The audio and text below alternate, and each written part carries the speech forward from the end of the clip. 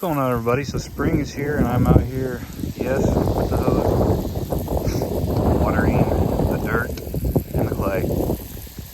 Had to tear up a whole bunch of stuff here for our small nursery, still potting up a lot of plants and stuff like that, but we put in new water lines to have one, you can see, for each row all the way on down, and one over here for our propagation bed. And not having any huge machines, we had to take the mini excavator back, so it's not really huge, but it weighed heavier than anything I had. Had to get it back that night, and I ended up using my little John Deere over there to push the dirt in. It took a few hours, but got it all in, especially these huge chunks of this clay. I'm not sure of the terms, but the orange clay isn't too bad, but you get some of this, sliding over here, some of this gray clay right there. That's just, it's heavy.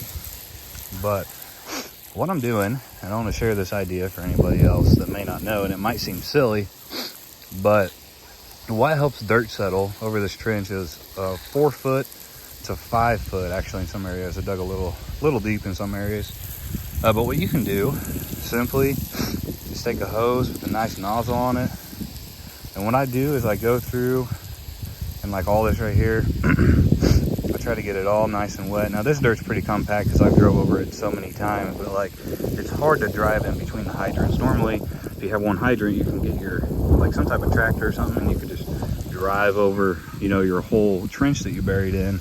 But with all this so close together, that makes that really difficult. So what I'm doing here, like I said, is hoping nature go a little faster. And it might seem crazy and a waste of time and a waste of money. Water isn't too expensive for how much I'm using, and it's worth it to help make this, because if you didn't do anything to this dirt, especially like this clay, you're looking at like a good year for it to, you know, settle down really at all.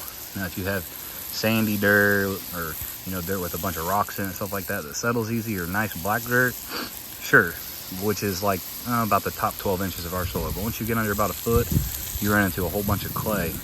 And you can see I soaked that dude over there. See if I can zoom in a little bit. Soak that dude right there. That's a big old chunk of clay. I mean, that's like probably 150 pounds of clay. I'm not even kidding. But I'll turn this over to more of a jet nozzle with my little hose. And you can actually see that dirt falling apart, settling on down.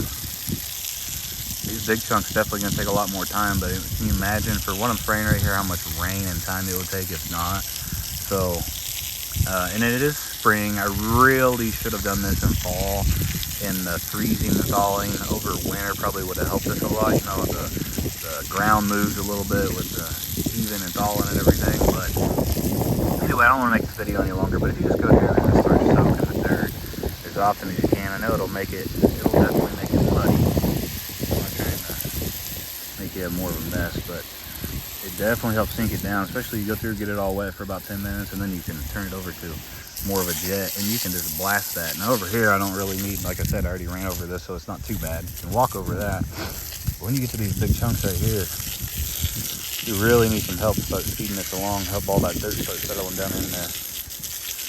Hopefully this video helped give you an idea when you don't have any earth compactor or any big machines to drive over it. That piece right there just fell apart by itself after spraying it a little bit ago. Thumbs up, comments if you have any questions or suggestions or other ideas to share with anybody else. Thanks for watching. Bye-bye.